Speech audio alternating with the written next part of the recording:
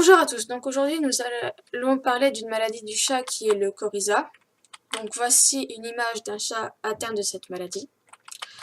En premier point, nous allons voir les différents virus qui causent cette maladie. Donc le coryza du chat est une maladie complexe car c'est une association de plusieurs virus et de bactéries. Donc premièrement, nous avons un virus de la famille des herpesvirus qui est responsable d'une infection du nez et des voies respiratoires. Donc les symptômes sont de la toux, des éternuements, important écoulement au niveau des yeux et du nez, une conjonctivite, faiblesse de l'état général avec perte d'appétit et de la fièvre. C'est le virus le plus dangereux car il peut être mortel pour les animaux qui sont affaiblis si on ne met pas rapidement en place un traitement pour les soigner. Ensuite, nous avons un calicivirus qui provoque de la fièvre et de l'abattement, des écoulements oculonasaux et surtout des ulcères dans la bouche. Donc ce sont des plaques rouges qu'on peut voir au niveau de la langue et des gencives. Donc ces plaies sont douloureuses et provoquent une importante salivation pour les chats et une perte d'appétit. Un réovirus bénin qui provoque quelques larmoiements. Donc à ces atteintes virales, il faut ajouter les bactéries qui très souvent se rajoutent et provoquent des complications chez les chats déjà affaiblis. Donc le chat présente alors du pus dans les yeux et le nez. Donc ensuite, nous allons voir comment se propage la maladie. Donc la transmission naturelle se réalise lorsque le chat éternue et répand ses sécrétions oculaires et nasales. Donc le virus se pénètre dans le corps par les yeux, le nez et la bouche. C'est une transmission très rapide lorsque les chats sont enfermés les uns avec les autres. Pour le virus herpesvirus, il existe des porteurs latents. Donc le chat possède le virus en lui, mais ne déclenche pas la maladie.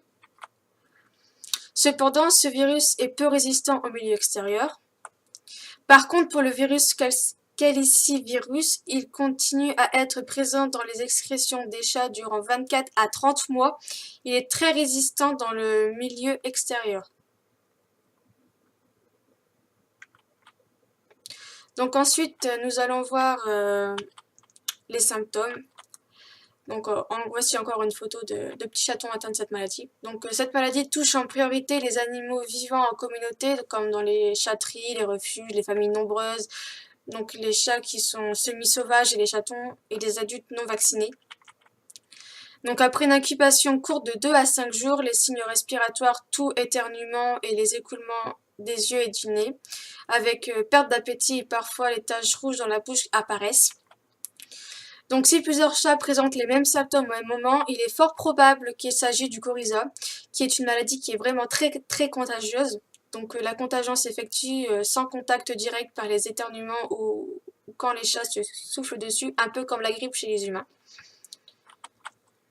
Donc la maladie non traitée peut évoluer vers une guérison naturelle chez certains animaux qui sont résistants à la maladie, mais elle peut se compliquer d'une nécrose des os du nez avec infection généralisée et finir par la mort de l'animal si celui-ci est déjà affaibli et s'il refuse en plus de s'alimenter.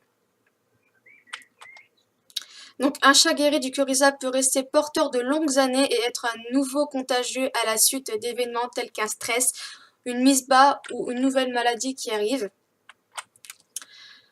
Donc voilà, nous allons voir ensuite les traitements et la prévention contre cette maladie qui est très importante. Donc le traitement du coryza s'effectue premièrement par une administration d'antibiotiques, donc en comprimé, en gouttes ou en injection si nécessaire, pour éviter les complications avec les bactéries. Une aérosolothérapie peut également donner de bons résultats si le chat se montre coopératif, car en effet, il s'agit de lui faire des inhalations plusieurs fois par jour pendant 15 minutes. Il peut y avoir aussi des traitements complémentaires à base de L-lysine, donc c'est un acide aminé qui intervient dans l'immunité antivirale, donc ça peut également aider l'animal à combattre la maladie. Enfin, des antiviraux comme des interférons sont parfois nécessaires dans le cas les plus graves récidivants, mais ces traitements sont particulièrement coûteux. Donc pour les cas graves, une hospitalisation est parfois indispensable afin de réhydrater l'animal et de lui administrer une alimentation liquide par sonde si celui-ci refuse de s'alimenter et de boire. Donc la meilleure manière de combattre le coryza félin est la vaccination. C'est vraiment très important. Il existe des vaccins contre la maladie, donc que vaccinez vos chats, car c'est une maladie qui est vraiment grave et qui peut le tuer. Donc le vaccin contre le coryza est actif à la fois contre les calicivirus et contre la rhinotrachéite, et l'on y associe de plus en plus souvent un vaccin contre les chlamydia, donc bactéries à l'origine de complications. Donc la vaccination se fait en 2 injections à 1 mois d'intervalle avec un rappel tous les ans. Donc vraiment, il existe un moyen le plus simple pour éviter que votre chat tombe malade, c'est la vaccination. Une fois que vous l'avez fait les 2 premières injections, il suffit de le faire 1 fois par an et c'est bon.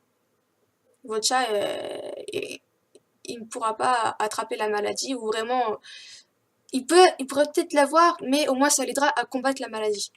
Sans vraiment avoir besoin de traitements qui peuvent coûter très cher.